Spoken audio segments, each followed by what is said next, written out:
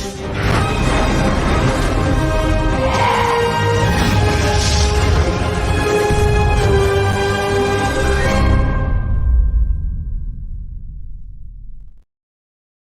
Fantasmagorium show is proud to present Money, Murder, and Minnesota, a retrospective and review of all things Fargo. A new season of Fargo is imminent, and we can't skip to the end without taking a look at the beginning. Tonight, we are discussing the first season of the Coen brothers' executive-produced television series, Fargo, developed for television by Noah Hawley. The tale of Lester Nygaard and the unfortunate relationships surrounding him. Seeming to echo the tone of the film, let's look at the first 2 episodes of that inaugural season. Kat is here. I am Scotty R37. And once again, Steve is fixing us eggs. What's going on, Kat? Good. I tore apart the house looking for my Fargo beanie that came with my season 1 Blu-ray that has the same artwork as the inset on the main thumbnail. The guy holding the gun shooting, and I could not find it. It might be in one of my bins up here somewhere. Well, you know, we have a season, so Yeah, it doesn't. I will You don't find have it. to do it right now. Yeah, but Yeah, I'm that's not gonna- cool. I don't have any merch, so if you have merch, that's amazing. Yes, and I have the first 2 seasons on Blu-ray. See, and I was lucky to have the assistance of Anti-Derivative Jill. She helped me with procuring, let's say. I want to say hi to Positive Fandom. Hey, Irmo. So good to see you. So last week we did cover the first season, or the first movie, the only movie of Fargo. I think we both gave it relatively high marks. Now this is going to be a little different because we're not going to be able to sort of assess the whole story and just sort of look at that stepping into the first season and see how it carries the torch, if you will, of the spirit of the film. Yeah, I think it does. Did very well. I actually love the series more than the movie. I was hooked just watching the first like I'm already there within the first 15 minutes. I was enjoying it more than the movie. And I've seen that this is probably the 4th or 5th time I'll be seeing it, because I first saw it when it aired originally from April to June 2014 on FX, and I've watched all the seasons and since then. And so, except for season 4, I kind of fell off after the couple episodes because of the time slot and I busy that year or whatever. But yeah, I really loved this show, and the craftsmanship of it, the image quality is just amazing, even for an HD transfer. It's like, wow, this is stunning. The characters are fantastic, and I like that you get to spend a lot more time with them, so that each scene isn't just hugely advancing the plot. I mean, they're still important scenes, but it's still great. I mean, all the interactions between Malvo and Lester, I'm just cracking up every time. It's so good. Well, and it's interesting because I went and did research, and I was checking it out, and some people, I looked at the trailer, and there were comments on YouTube saying this is the most deceptive trailer ever. I was expecting a dark comedy, or people were sort of saying that they had been misled by what they thought that they were tuning into, based on and that's what I found too, because the comedy isn't necessarily through a quick turn of phrase. It's character-driven comedy. It's the foibles between the characters as they interact with each other. And it's something that is a special feature on the movie, on the Blu-ray or on the DVD for the movie, where they're talking about Minnesota nice and how Minnesota nice is not necessarily nice. But everything is sort of, there is a certain way that that Midwestern culture, sort of American Midwestern culture, sort of has that sort of diplomacy. Like when Lester's brother says, "Yeah, Lester, some people have to say how they look up to their brothers. Sometimes I tell people you're dead." I'm just laughing at that. I'm like, it's so great. Well, and not only that, and that reminds me, because we did just recently, I know it sort of tangentially applies, but there's a reboot of Frasier that just was released. And I remember when Frasier came out the first time and Sam Malone visits Frasier, and they sort of go over the plot hole or the inconsistency of continuity in Cheers, where it's like, oh, Sam, what what did my son tell you about me? And Sam was like, oh, he told me you were dead. And it's like, and it's just that sort of character comedy. And then obviously more sitcomish in that. But then even with that particular instance where it's like when I'm at work and people tell me that they look up to their older brothers and I wish you were dead. And then it's a hard cut to leaving the house with his wife. And it's like, did you have to hit him? He's your own brother. And I'm like, it's awesome. And it's not like played for laughs, but it is funny just to watch that. And usually I'm not a big fan of uncomfortable comedy, but it is character driven, cause and effect. There are no misconceptions except for the deceptions of the characters. Well, yeah, like the way Malvo just like walks in, he's like, "I'm saying your son's a little dim here." I was like, "What do you want?" Nothing. Just wanted to get a look at you, and just the way he interacts with people, like when he goes to the post office and he wants to get the Duluth. Like, what do you mean?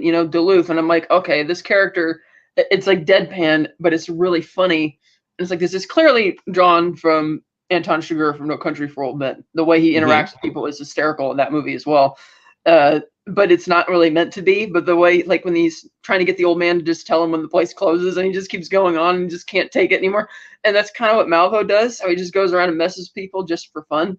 And he doesn't even necessarily care to hear what the outcome is going to be. Like when he calls the house, he's like, "Yeah, I'm Len Grossman. I'm managing your dad's estate. He left everything to your dimwit brother, and he says he's his favorite son. Goodbye." And it's like he doesn't stick around to see what's going to happen, but he knows. Yeah, but it's that type of very dry humor that's not looking for like a blatant laugh from the audience. It doesn't overtly sound funny, but it is. Like when he tells the kid, one time I pissed in a guy's gas canister and car never ran straight again, and then he just goes in the room and calls him into the landlord. Well, and this is an interesting sort of series to discuss and review, just because it is so character driven. It is paced. It is over 8 episodes. 10 episodes, and so it is it is the same pacing that you get from Fargo. You get to spend time with the characters over a longer period of time, but you get these character quirks that happen. And as you mentioned in the first episode, after Malvo, and we don't even know his name yet. This is Billy Bob Thornton's character, Lorne. And we don't even get his character name quite yet. Every time he's referred to, he is Duluth. Up until this point in the first 2 episodes, so you have me at a bit of a disadvantage. And he goes into the into the motel, the motor lodge, and sort of has this explanation as to or he asks for a room, and it's like, is it just you? And he's like, what does it matter? And it's like, well, if it's more than you, it's gonna change. It changes the rate. And if you have a pet, it's an extra $10, like a dog or a cat. And he's like, what if I have a fish? What if I have a bird? What if I have spiders? And it's just the way he's trying to. She's like, maybe you don't want to be here. And he's like, I'm sorry, ma'am. I'm just trying to understand your policy. And so it is those moments where he is fucking with them, but he isn't doing it at this point in the series. It doesn't seem as ominous. Now, it's not until the end of the first episode, and we'll get there when we get there, that you finally find out the sort of calm, malicious nature of, like, aside from that, up until that point at the end of the episode, we just know that he screws with people. Mm-hmm. He is a deadpan, what are you talking about? I don't think that's a good idea sort of force. We do see him at the beginning with a man who jumps out of his trunk in nothing but his boxers and runs into, in a very similar way, after the car accident in the movie, where there is a car accident. And this time it is Billy Bob Thornton's character. And person pops out of the trunk, runs towards the woods. It's still snow covered. It's incredible. Like, the cinematography mirrors it. And I think that's something that maybe I was kind of put off by when I first encountered it. Just because I thought it was going to be, it was going to be an adaptation of something that I had already seen before. And at that time, I wouldn't say I was the biggest Fargo fan, as we mentioned with last week's review. This is the first time I've actually seen Fargo, was last week from cover to cover. But I did, now that I know that sort of the subsequent seasons maintain the tone, the character interactions, and comedy mixed with crime, character comedy mixed with crime, I'm more amicable to watching it and going through it. I'm really, really interested. Yeah, and one of the things they do in all the seasons is borrow from other Coen Brothers movies. They either recreate scenes or they put different spins on them, and you can tell where they're getting inspiration from. Sometimes it works, sometimes it doesn't. But it's clearly the whole universe is inspired by the morals that the Coen Brothers work with, and the type of humor that they're used to. And as I understand it, this season did get high praise, and a lot of people were really skeptical about it because there was previously an attempt to do. They did film an unaired pilot back in early 2003 with Kathy Bates, actually, and I believe it's still available on YouTube to watch, but it didn't get picked up and it never aired. So, and this one apparently did, and they had a lot more faith in it. Hey, Matt G is here. Taylor Swift greater than Disney Star Wars. Nice to see you, Matt G. Herc 130. Hello, Flyboy. It's good to see you. If you are a fan of Fargo, the movies, or the first season, first 2 episodes, this is weird because I don't want spoilers. Yeah, I won't spoil it. I appreciate that. And Canadian Spider-Man, hello. It says Canadian Spider-Man to me and you. Never saw the film or the series, but I do like the concept. I would give it certainly Canadian Spider-Man. Take a look at the movie. And if you'd like to watch along, it'll be 4 episodes for next week. It'll be 2. Well, by the time, if he hasn't seen these 2. Oh, for him, right? Okay. Yeah, for him, for me, and you, and everyone. Actually, you could probably. How does it end, Kat? No, I'm kidding. But it's, yeah, I did appreciate some of the Easter eggs. I only picked up on one big Easter egg. And that was when Lester walks into the Chinese food restaurant and there is a special on White Russians, which I was like, I know where that's from, Lebowski. And so that was really, really cool. Did you want to talk about the cast at all? Yeah, the cast. So they cast a virtual unknown in the lead right out of acting school. For Deputy Molly Solverson, Allison Tolman, and she's really good. I haven't seen her in much of anything else since then, and this was 9 years ago now. But I think you'll see that she's really great throughout the whole series, and I like that they didn't stunt cast that role. Bob Odenkirk just being his dimwit self. Okay, I could see that. And then what's his name as the first police chief? I don't know. I don't know the actor's name. It's Vern. Well, the character's name is Vern Thurman, but the actor's name, I can't remember off the top of my head. But I remember when I first saw the episode, I thought he was going to be around longer because I thought he was kind of recognizable. So I was surprised that he didn't make it out of the first episode. But I thought, wow, and because they're kind of teasing you to think that because he has the wife, she's pregnant, they're going to have a baby soon, and they're debating whether they're going to decorate the nursery and blah blah blah. It's like, okay, he's going to be the main character, she's going to be his number 2, and then whoops, I just because I wasn't expecting anything to be straightforward. I was expecting something bad to go down, and I was kind of expecting it to be the police chief.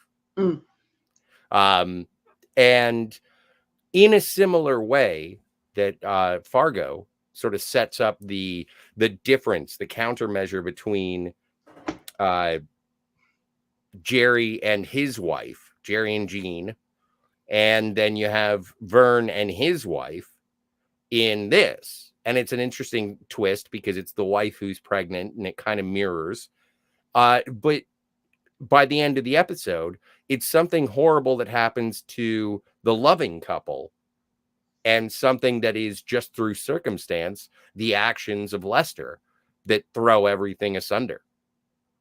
Yeah, and how his relationship clearly was not great, and as cruel as people are to him, the way his brother talks down to him, like, when are you gonna get your act together? It's like I can kind of see what he means, because like when Malvo looks at him, he's like, "You let a man beat you in front of his children to teach them a lesson," and it's like, yeah, I can see where Malvo's coming from there. Well, and it is sort of just an offer of how to conduct yourself like a cool, calm, collected individual who is saying, hang on a second, and we're not friends. We may be in a little while, but I would just say that if someone were to do that to me, I would kill them. And he's like, well, maybe you should. And it's like, well, if you want me to. And that's what sort of kicks it off. It's a random encounter between Malvo and Lester. That was so hysterical. And the next day, Lester goes into the Chinese restaurant and sits there and talks about Sam, and Billy's like, "Oh gosh, Sam's dead," and Lester's just kind of giving him this look. It's like, that little, the little bits of humor there that Billy and Martin Freeman are both perfectly cast for this show. Martin Freeman, of course, being very much drawn from Jerry Lundegaard, the car salesman. He's Lester Nygaard, the insurance salesman. They both had unhappy marriages. Lester's much more unhappy than Jerry's. And instead of having a kind of bullish father-in-law, Lester has kind of a, somewhat obnoxious brother who's kind of, poking the bear quite a bit, trying to say, you need to get your act together, blah, blah, blah, that kind of thing. And then there's the randomness of his brother having Gordo as the kid, and he's like, yeah, we took him to see a specialist, and they think he might have the autism. And it's like, oh, like that's another character thing that's just there, and it's like, okay. Well, and the implication, and again, just those sort of Coen brothers quirks, even though this isn't written by the Coen brothers, he pees into the son pees into jars and leaves them in his closet, and that's what happens. And that's sort of the indication we've taken the son to a doctor, and we think he's got the autism. Yeah. Oh heavens, I just had it. I had the name of the actor and I lost it. I'll find it again. How each of the episodes throughout the season are named after like a, like the first one's the Crocodile's Dilemma. The second one was the Rooster Prince, I think. Yes. Yeah, and how those are each what you call them, kind of parables, or those mind fucker type parable type things, and thinking how it kind of applies to each episode, which I kind of thought was pretty clever for which they do throughout the season. Hey, Lemon's here. Hey, Lemon. The name of the actor is Sean Doyle, who played Vern Thurman. Okay, yes, I've seen him in quite a lot of things. Usually bit roles here and there, but I thought, oh, cool, he's gonna have a leading role. Oh no. Casting also, they had Oliver Platt as Yes. the Milos Stavros, the head of Phoenix Farms, interestingly named. Guy who clearly feels really good about himself. I love when Malvo's like, "Can you sign my book? What do you want me to sign?" Yeah, say to Frank Peterson, "Thanks for nailing my blackmailer." Well, and I think that's something that sort of gets that is an advantage of how the series is progressing, because we get to see what the main characters, antagonists are doing throughout the show. We get to see that Duluth is he is just basically muscle for hire. He works for a criminal enterprise, I would assume, of a bagman, essentially. Would you call it that? Would you say a yeah, like bagman? a fixer, bagman, whatever they need him to be. Right. There we go. Lemon gets it. Milos can get mangoes any time of year. All year long in my supermarkets. I got fucking kiwis. So, but yeah, no, you get Oliver Platt, Bob Odenkirk, and then we are gonna get Adam Goldberg, which is one of my favorite guys who show up. Like he's up there with Nicky Cat. But yeah, I love it when Adam Goldberg shows up. Well, yeah, we have gotten him now in the second episode. Yeah. Yeah. Well, and I'm just sort of going through the people that I've seen and who I've enjoyed. Keith Carradine Mhm. as Molly's father, which is nice, and then they expand on that backstory. He's not just a diner owner, father of Molly, but he is a former policeman who was shot with a random traffic stop. And yeah, and so there are small town, I don't want to say politics, but small town happenings that all sort of influence one another. Bob Odenkirk's character, Bill, had gone to high school with Lester, played by Martin Freeman. Right, and in a way, he's kind of the more bumbling, a much more bumbling version of Marge, because like Marge, you can see only good in people. You can see how, Bill doesn't even want to entertain the idea that Lester could have had anything to do with this, and it's just, oh no, it's drifters, it's drugs. But he never asks, well, how would drugs get involved at Lester's house if he's such a great guy? Like, what's that about? He doesn't want to entertain that idea because he's just so, innocent. Like the Vern says, Bill cleans his gun with bubble bath. No, you'll be the new chief. Well, and that's sort of the big disappointment once we get into not season 2, episode 2, is it's obvious that Molly is sort of still relegated to being second banana, just a member of the force, whereas she was sort of a protege to Vern, and Vern was encouraging her to be more ambitious and sort of cultivating her ability. Even at the very beginning, it's like, did you check the trunk? And she's like, no. And so they check the trunk and then they walk away and she's like, oh, I don't know how I didn't do that. And Vern's like, it's cool, don't worry about it. First couple times, never would have known. And so it is a fostering relationship at the beginning. And so you do feel it when Vern gets, shot. Yeah, and I like the fact that Malvo apparently put the deer in the trunk because he's trying to make it simply look like an abandoned car on the side of the road that nobody would care to investigate because the blood's on the front of the car facing out in the field. Nobody's going to see that. I did find it interesting that the naked guy runs out towards the field right when the crash happened. We saw that the lights from the town are like right there, but instead of running that way, he ran out into no man's land. Which again, like you said, it's copying the movie. Which happens a couple times, you can see because, Fargo, because they feel obligated to, make some copies at some point. Well, and I don't know, like, as you mentioned, you watched this through its original run. Mhm. And did you ever find over the first couple of episodes, you said that it was really engaging and it grabbed you. I think I tried to watch this on Netflix at one point and I was like, no, it's just echoes of the movie. And I don't necessarily like, and especially as you said, with Lester being nearly an identical parallel to Jerry. And that was off-putting to me. Mm. It felt like, I don't know. It felt like something that was going to be derivative as opposed to expanding. Well, I think I think a lot of their similarities are more superficial because the difference is that in the movie, it begins with Jerry already going and setting this thing up. We don't really know why he's doing it. He doesn't have any misgivings about it. He's like, oh yeah, she'll just be kidnapped. We'll get the money. It's no big deal.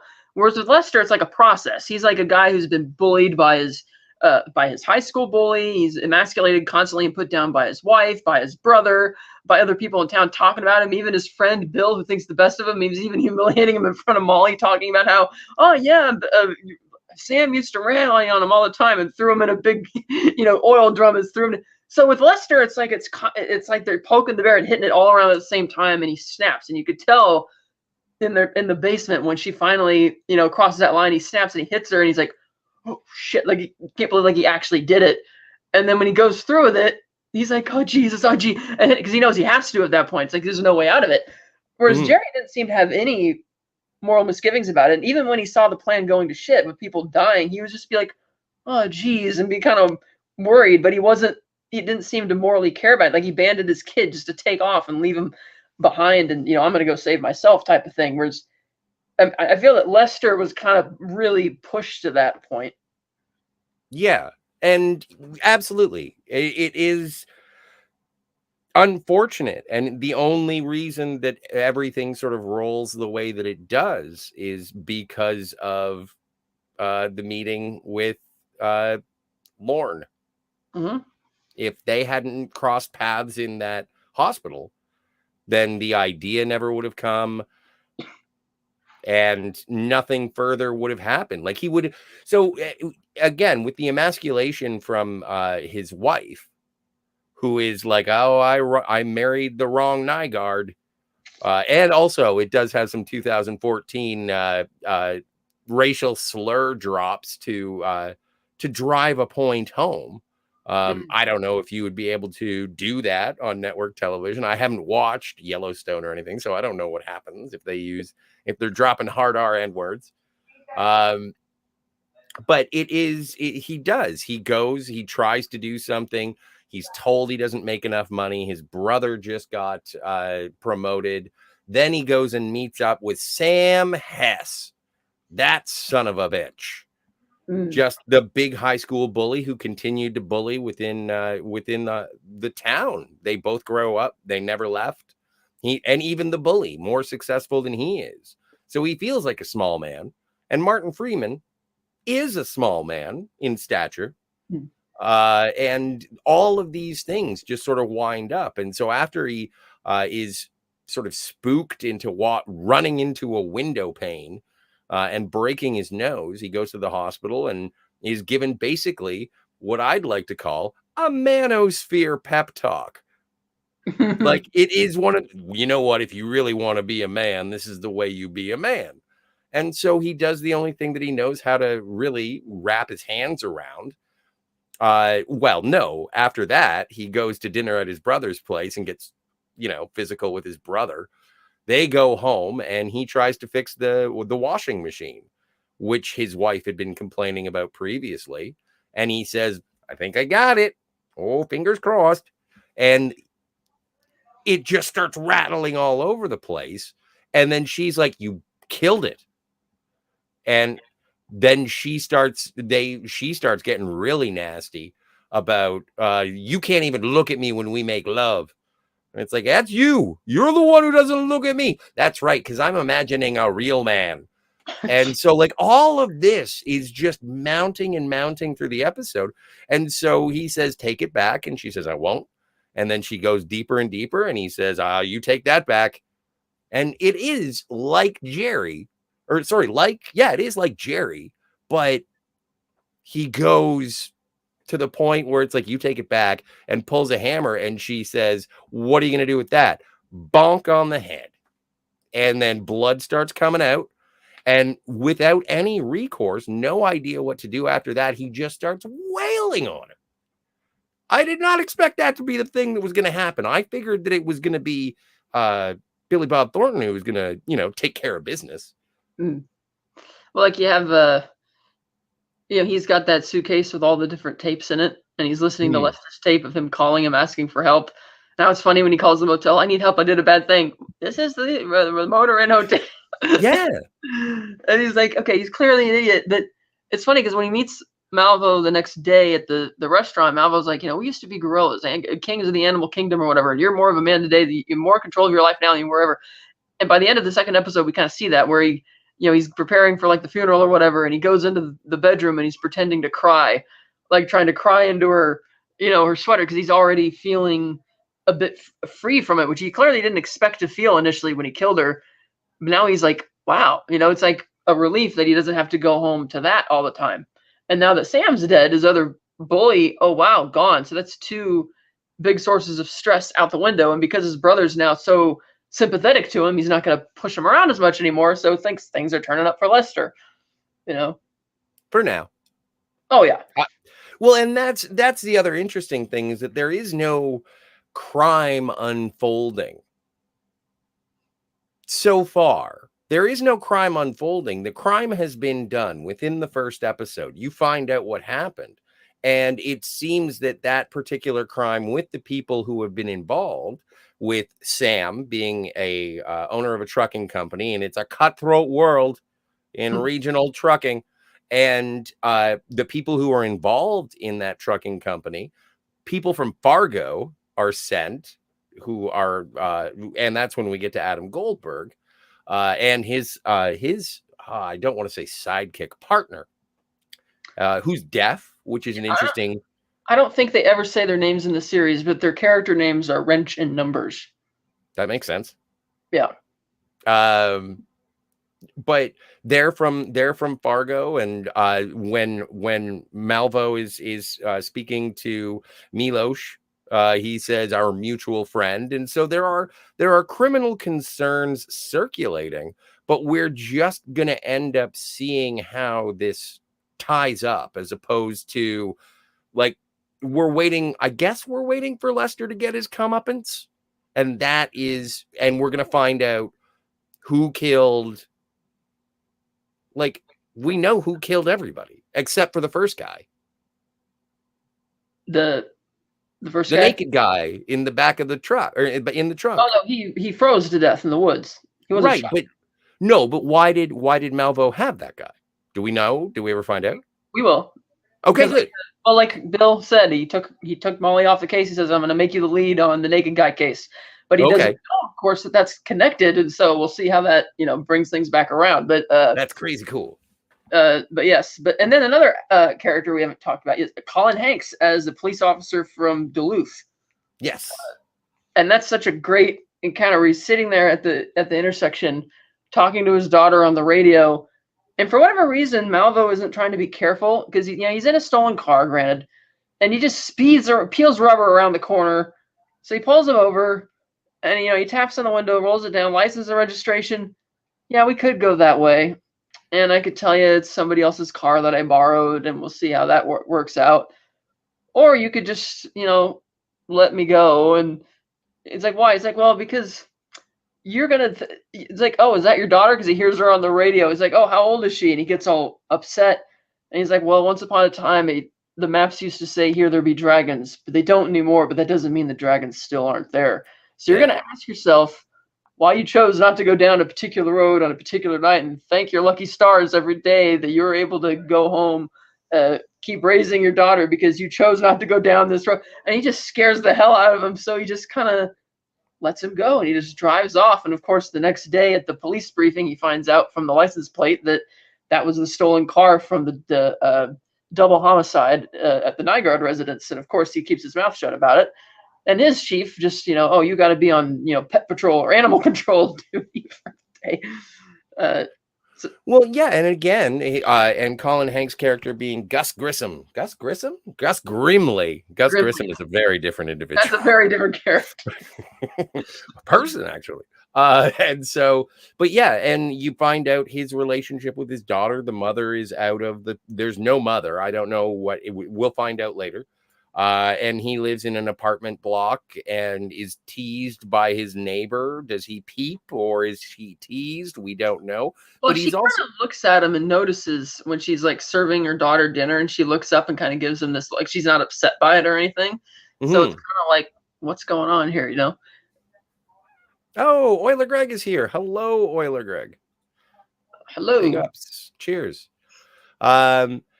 And so, yeah, and so it is almost, again, I like the parallels, or at least the similarities between the different characters as it stands, and the expansion upon that. Like with Fargo, there were sort of like, oh, this couple is like this couple if it went wrong, or if there wasn't the love to tie that couple together.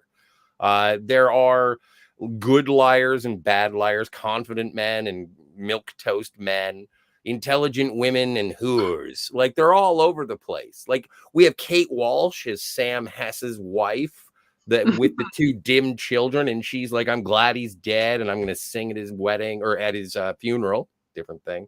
Yeah, I'm going. and then starts bawling. Yeah, I hate him for bringing me up to the North Pole.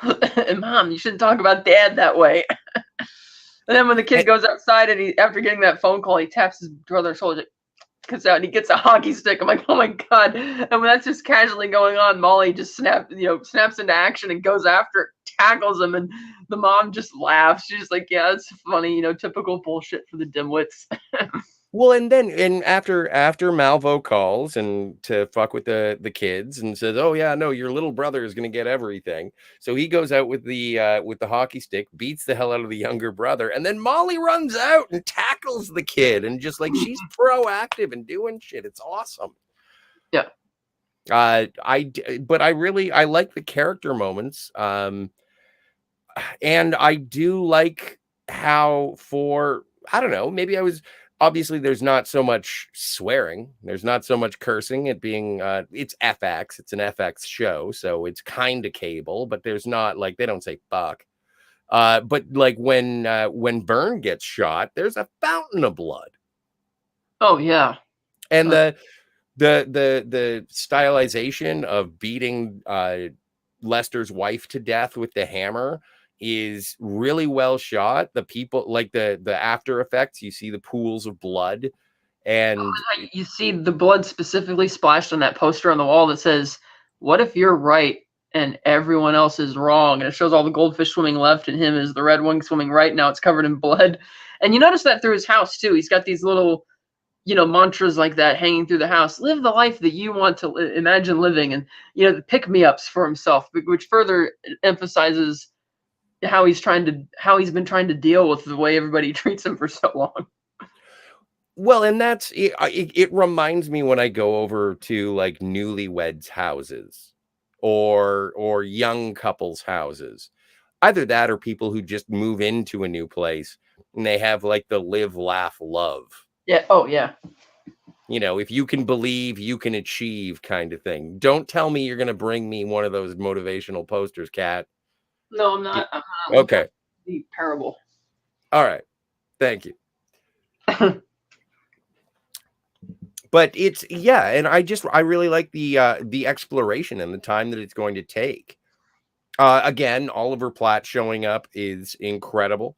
His main head of security is the first moment that I was sort of tipped off that this television show was filmed in Canada.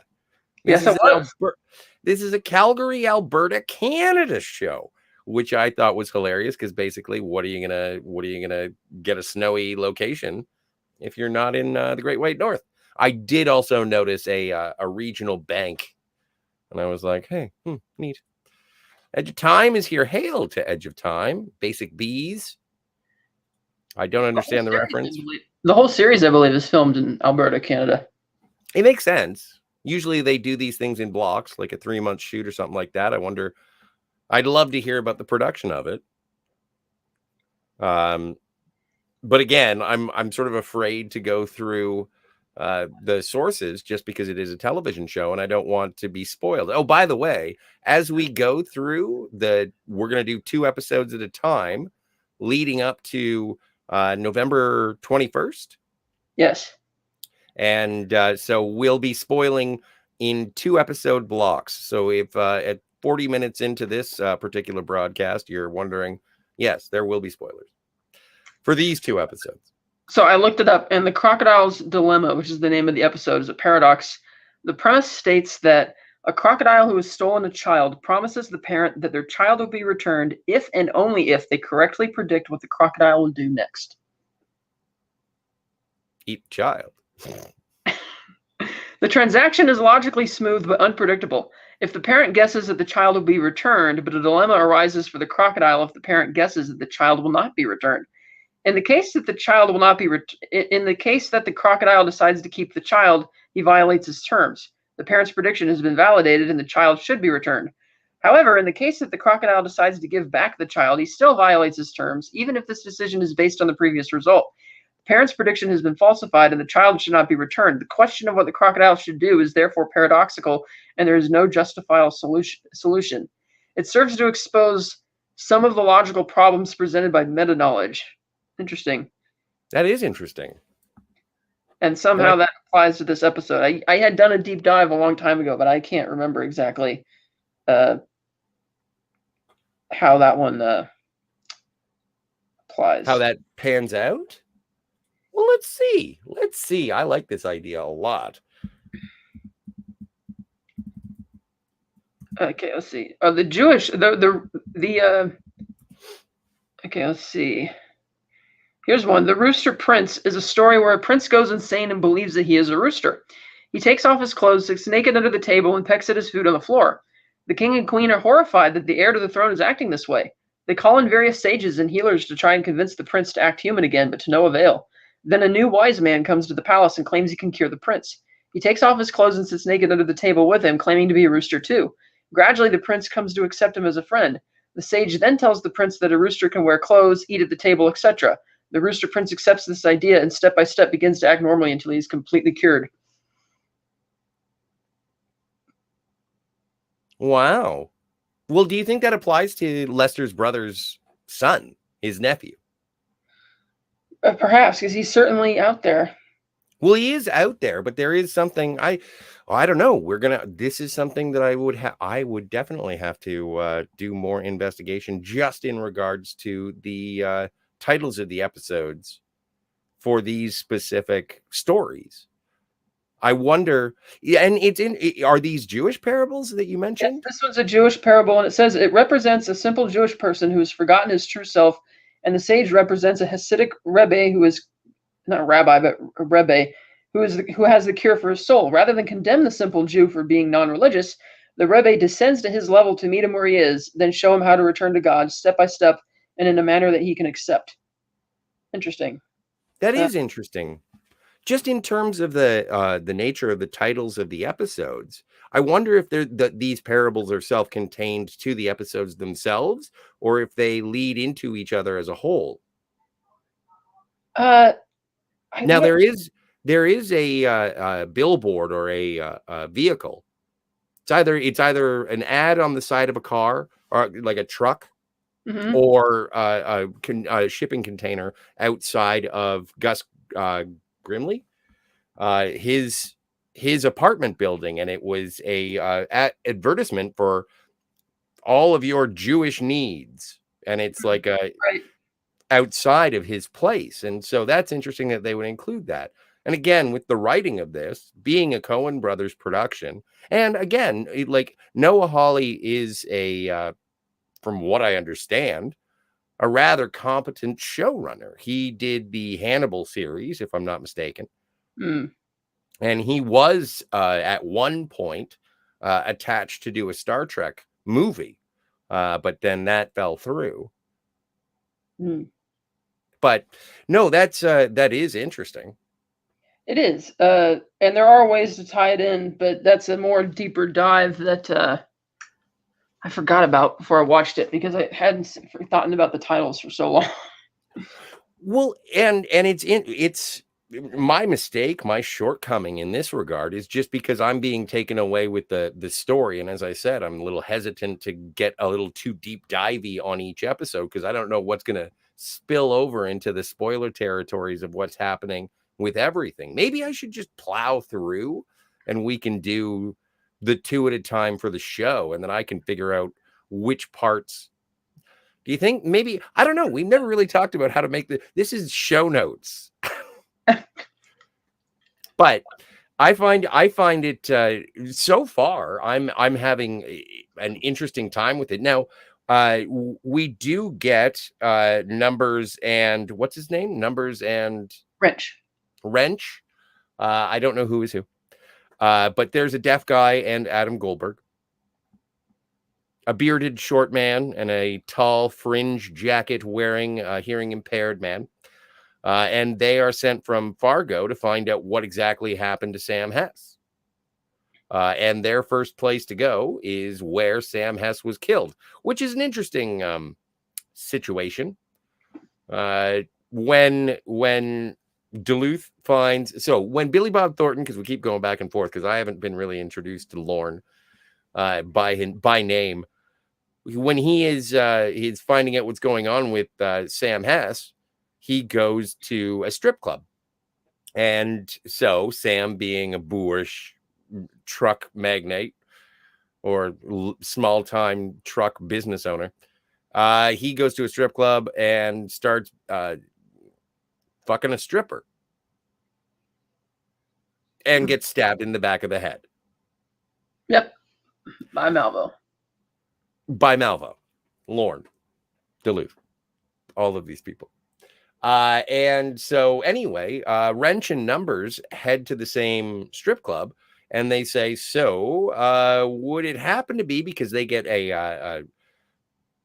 they get informed by Hess's lawyer, Gold, that there was a guy who came in, just about 6 feet tall, kind of young, kind of old, brown hair, cut on his head, and maybe you can find out from there. So Adam Goldberg and Fringe Jacket head to the strip club to find out like the scene of the crime, and they're like, does this sound like anybody? And it's like, yeah, it sounds like that guy. He comes in here all the time. He drinks too much. And basically that guy, who is not Malvo, starts mouthing off and threatening them with a knife. Not waving it around, but saying, I got a knife right here. And so they fucking take him and put him in a trunk to take to Hess's lawyer, Mr. Gold, and say, is this the guy? And it's like, probably not the guy. So they drive out to a frozen lake with an auger, open up a hole in the lake, and drop his still living body. He's awake as his hands are tied behind his back with duct tape. And he gets dropped into the lake. And that's the end of episode 2. So we're dealing with cold murderers on 3 fronts. So what do you make of the fact that Malvo went into the basement and disappeared? Well, it's interesting that you brought up Anton Chigurh. In that Malvo, it could be I don't know. I'd have to see more of the series, but I just think that Malvo is a force of evil. Because there was like a window there, but it didn't look like one that you could open. Like it had liner shutters and little bars on them. And I remember somebody asked Noah Hawley that once, and he laughed. Like, are you kidding me? Is that a serious question? I thought, okay, that's a way to put it. And so I thought, okay. Because I remember the parallel with Chigurh is that he's in the motel, and the Sheriff Bell is coming up right outside waiting, and he's got the shotgun right on the other side of the door. And when the sheriff kicks the door and he's gone, the sheriff goes into the bathroom and he sees the latch turned on the window. I think the latch was it unlocked, or is it locked? I can't remember. I haven't seen the latch like that on a window before, so I wasn't quite sure. But he's just gone, and he's gotten the money and disappeared. Mm-hmm. And Malvo certainly has apparently done the same thing. Well, I got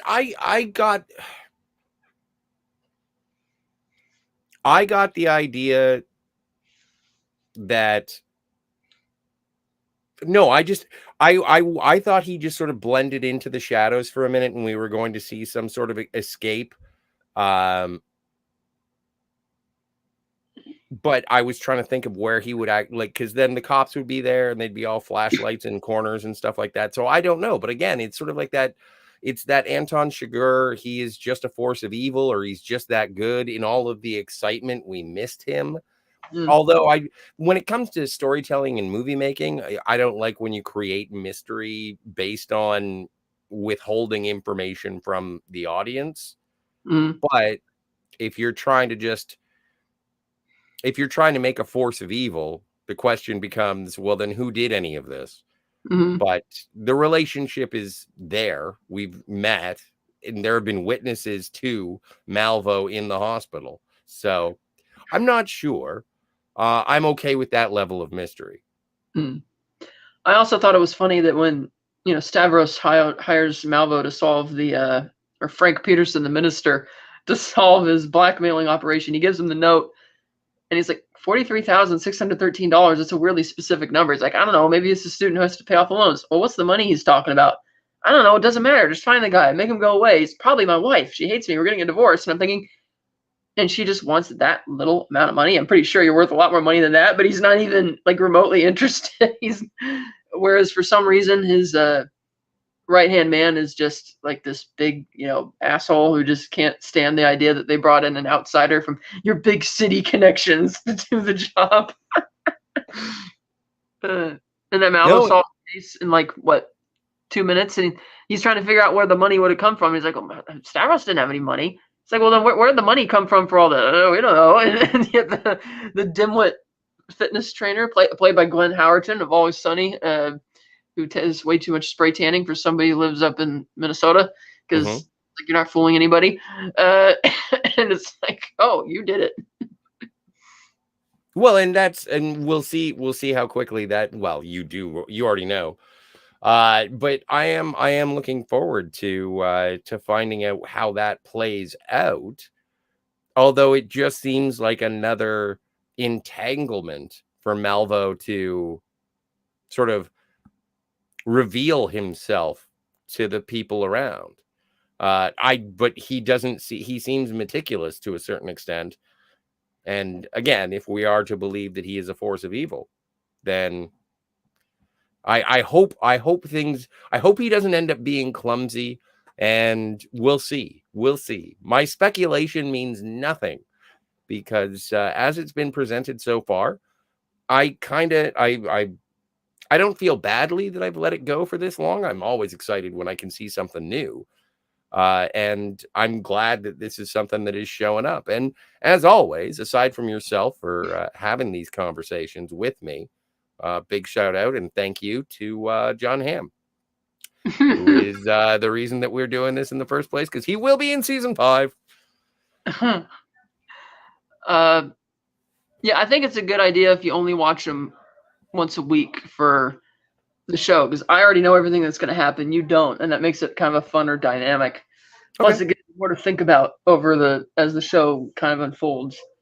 But so far, I love the performances, and the humor, the twists and turns, how it doesn't get too convoluted. You can still follow what each of the storylines are, and simple enough, so it's kind of fun. And I am having fun with it. I did have to stop myself from going to episode 3. But I enjoy it so far. It is better than my initial attempt, which is, I look back on it, and it's when I first got into Mad Men, which is John Hamm's breakout performance in that television show. And it took me like 3 times to get into it. And I was like, this is slow. I don't like it. And then I finally watched, because it had suits and smoking and 1960s music, and I was happy. Except for the story. And then when I finally allowed the story to take me over, I was like, this is great. This is actually better than I gave it a chance the first time. And so I'm glad I put a little distance between my first viewing and this one, and having a reason to watch it and having someone to watch it with. So this is great. I'm having, so far, 2 episodes in, happiness pie. Yeah, this is going to be a really great series. Lemon Pie says, so you're saying Lester was only following the advice of his posters? Yes. No, I'm saying that Lester is a guy who, the reason he hangs all that stuff up around the house is because that's how he gets himself through the day, because everybody around him is constantly, poking the bear, so to speak. But it's not until after he kills his wife and he looks at that one again that says, what if you're right and everyone else is wrong, that he really starts taking that to heart, which we'll see as the series unfolds. But also, I think that a lot of the live, laugh, love, and if you can believe it, then you'll achieve it kind of motivational posters, I think those were hung by his wife. Probably. They're in the bedroom, and they're around the house. And so I kind of get the feeling that they're the one that, and they're all in calligraphy. You've seen them. Yeah. And the only one with color is the one that's in the basement. And it's kind of like that's where he gets to put his motivational poster, is just downstairs in the unfinished laundry room. And so it is, I kind of get the feeling that they're taunting him as much as they are motivating him. I like the idea, or not like it, but I'm like, okay, that's a little much that the hospital didn't catch the shotgun pellet in his swollen hand. Mm. It's like, yeah, they would have found that. Like, they would full check, But that's the thing where the plot demanded it. Right. And well, but also I could venture that the most astute of the law enforcement had been killed. Molly's distressed, Bill's an idiot.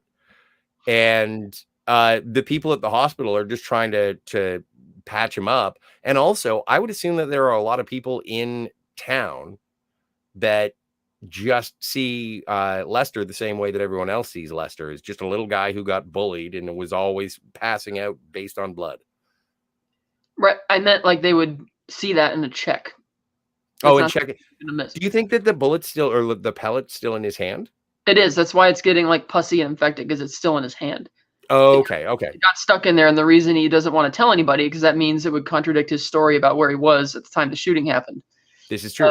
But it is interesting that Lester also had the nerve, because his plan wasn't for Malvo to come over and help him get out of the situation. It was to bring Malvo over, show him what was in the basement, and shoot him, and blame Malvo for the murder. Yeah. Because he clearly did. But Malvo is a bit stern with him, because he clearly didn't know why the police chief was there, and kind of just gives him a look like, are there any more cops? And he's not happy with them, and so he just leaves, and he's like, I'm done with you, type of thing. So Lester's already getting devious a bit. I mean, granted, Malvo's a villain, but still. Well, but and again, and I'm kind of happy we got this out of the way in the first couple of episodes of this. Is like, I know we see through Jerry Lundegaard's character at the end when he finally gets caught and he turns into sort of just a feral child, screaming, howling, trying to get away. Like, we've already had all of this with Lester. Lester's already schemed and like reacted emotionally and freaked out and done the whole thing. And so I'm glad we have it there, because I am just sort of waiting for him to get busted. Like, I want him to get caught. Even though I feel pity for him, he's still, responsible for the death of his wife. In a very, like, you could just. I don't know what this says about me, but I didn't really feel bad about that he killed her. You think that she deserved to die? I don't think she deserved it, but it's like what do you, like, he's trying to fix the washing machine. Why are you busting his balls about it? It's like he's trying to fix it, and then you're just you destroyed my washer. It's like the reason he was in town and got confronted by Hess is he was looking at a new washer he was going to buy her. Right. And it's like, and she's just, and then when Hess tells him about the fact that he and his wife had relations, and it's like, that's probably true. And that she, constantly is it's like, why is she suddenly being such a jerk at this point after 18 years of marriage, just really laying it on thick? It's like being an insurance agent. Yeah, there's ups and downs. That's how it works, because it's no commission. So I don't get why. It's like you keep poking the bear. You can't really complain when something happens. Well, I agree with you that if you continue to humiliate and emasculate a man who is basically feeling, and also, as his brother mentions at the beginning, partway through the first episode, that he's been moping around and he's just not really sure what his purpose in life is. But again, that's why Malvo is sort of the inciting incident, where he is taking control of his existence in the meager, small ways that he knows how. And then finally, he figures that he's grown a pair, and he goes from 0 to 100 and says, all right, well, I'm going to defeat you with a hammer to the head. Well, I found it to be a lot more malicious that he specifically premeditated what was supposed to be Malvo's murder, for no reason other than he wanted to get out. It's like Malvo's probably a guy who could have gotten you out of the situation. He probably would have if you just let him. Where his wife, that was like a crime of passion. He was really weak and losing it, and that would probably be a second-degree murder conviction if he had been telling the truth from the beginning. But Bill's too stupid to wonder why would he have such a bad concussion if he simply fainted in the basement. It's like I thought it was more of an implication that he had been like hit. He had been hit as well. But the thing is, he had been assaulted by whoever killed his wife. That's the problem, though. The wife being so savagely beaten, it's like, and the guy who attacks him doesn't even bother to, just knock you out. It's like a smart cop would be like that. That's why I kind of compared him to Marge in that he wants to see the best in people, but unlike Marge, who's still really intelligent and will pursue the leads, he's just like, he cleans his shotgun with bubble bath. And Lester, he passed out when a girl had her monthly in gym class. Oh, we had to dissect a mouse in lab class once, and he passed out again. It's like, oh God, and that's going to be a fun ride for the season with that guy. But it'll be this is going to be such a fun series to dive into once it really gets going. Which to me, it's already gotten going. I just found it really riveting. I think the first season also premiered with 2 episodes, if I'm not mistaken, because it was out for like solid 8 weeks. Yeah, so they did, which is like tradition for this show. Yeah. Well, I am looking forward to it. And also, I'd like to say that on Wikipedia, it says that Kelly Holden Basher plays Pearl Nygaard, Lester's verbally abusive wife. So even in the Wikipedia, it's like, this bitch is a cunt. Oh, jeez. Well, that's true. That's what it said in not so many words. So yeah, first 2 episodes, recommend. A big time. I don't think I'm going to give them numerical ratings though, because this is more of a series where you have to watch the whole thing. But I give them both thumbs up. I thought they're very good. And other than the season premiere and the season premiere and the season finales of these shows tend to be over an hour, but all the ones after that are like 50 minutes or whatever. So yeah. Or the ones in between. I'm excited to go through this. I'm glad I'm glad we're having like a Fargo fall. Yes. So this is fantastic. Thank you for playing. What do you got? What is I have a shirt that says, "I wish it was Friday." Oh, you missed it by 6 days. Well, I can't wear it on Friday because if he's saying I wish it was Friday, then it's not Friday. This is true. No, I thought it was specifically in reference to the 13th. It is, but when he says I wish it was Friday, that means it's not yet Friday the 13th. True. Do you have anything that you would like to shout out, say hello, come and play with? Not really. I think we got it covered. All right. You got anything to promote? Every Tuesday, I hang out with Antiderivative Jill on Antiderivative Jill's channel, and we talk about the original series of Star Trek. And then Thursdays, I play with you on Fargo. Nice. And then Fridays, I show up sometimes. It depends on the thing. Yeah. Oh, and also, never forget, always subscribe to Cinema Gulp. So that's the show. Thank you for playing. I want to thank Lemon Pie, Edge of Time, Euler Greg, Positive Fandom, Canadian Spider-Man, Herc 130, and Taylor Swift is greater than Disney Star Wars for being here. Appreciate all of you. And we will see you next time. Funny looking.